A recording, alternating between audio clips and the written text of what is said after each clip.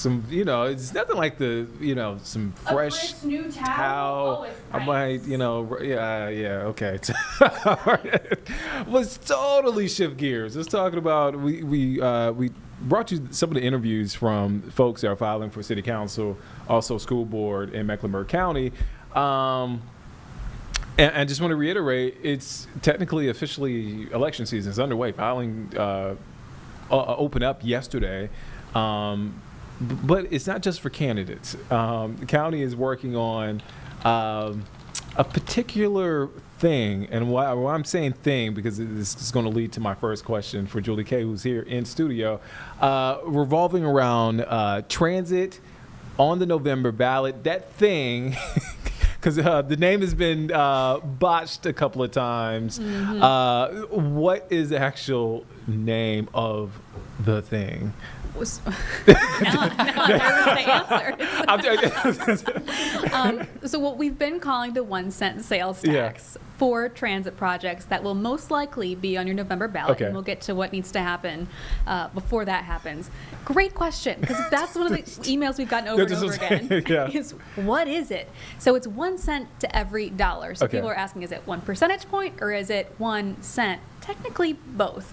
So it would raise the sales tax to 8.25 from 7.25, so 1 percentage point, but really it's 1 cent to every dollar, 1 percentage point. Yeah, and I know I was kind of being a little tongue-in-cheek with the name, but that's just to lead up to the question, because there are questions about what this is. What is it? What does it mean for me? Right. How much money am I actually going to be seeing go away if this passes? So. And you got a chance to speak with Mayor Pro Tem Dante Anderson, right? How did that conversation go?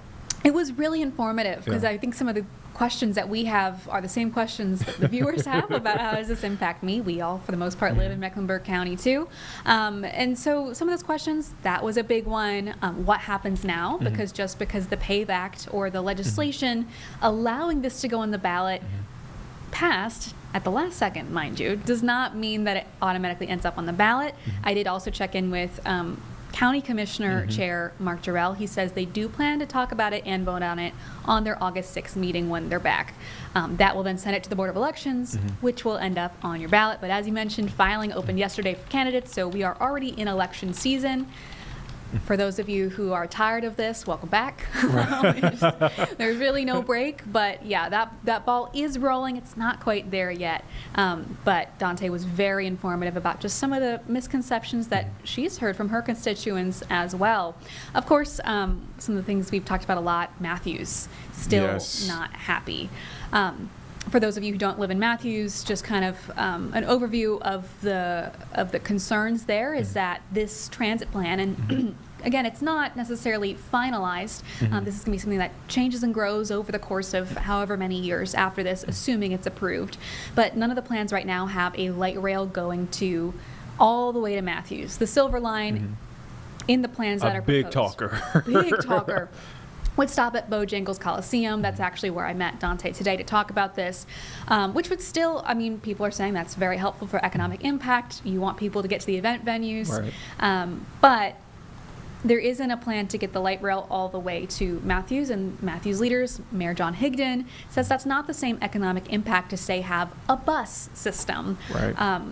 So we talked a little bit about that, and those concerns we brought up over and over again. Actually, Mayor Higdon was filing for re-election yesterday, and WCNC got a chance to speak with him then. He said, I've been pushing for this for forever. The deal's kind of done. It sounds like, it's up to voters now, of course, but I'm tired of being kind of the Lone Ranger, and so my campaign is going to focus on other things that are more in our control.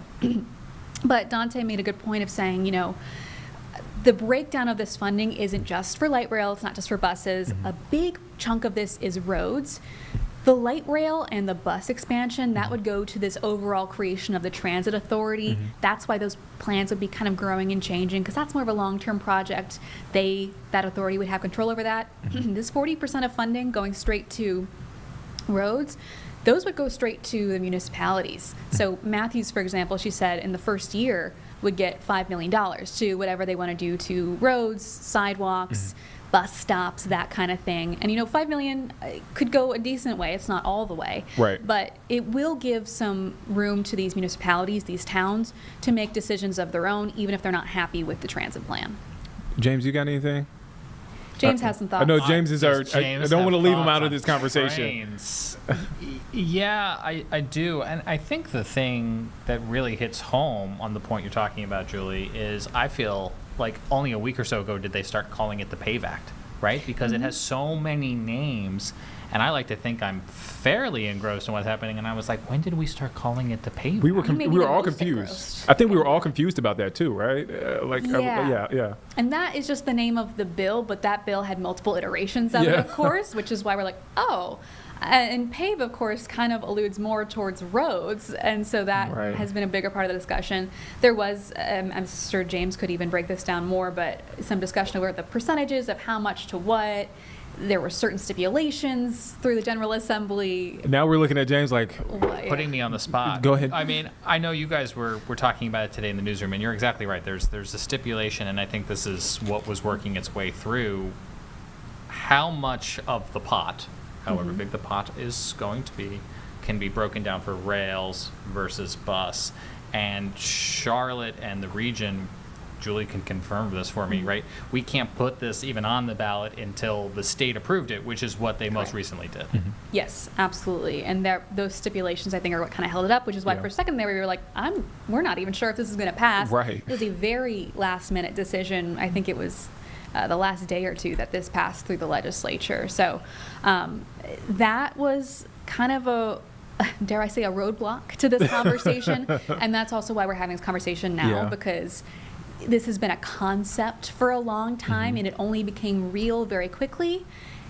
That's why we were like, PAVE Act. It happened very suddenly, and now we're here where we have to get this language approved and done by a certain time for it to even get on the ballot. So that's why we keep saying most likely could, but they still have to finish those hurdles. Yeah, still got some steps to go. Julie K., thank you for your time here in studio. Oh, before I let you leave, I always ask this question. What time can folks check out your story? 5:30.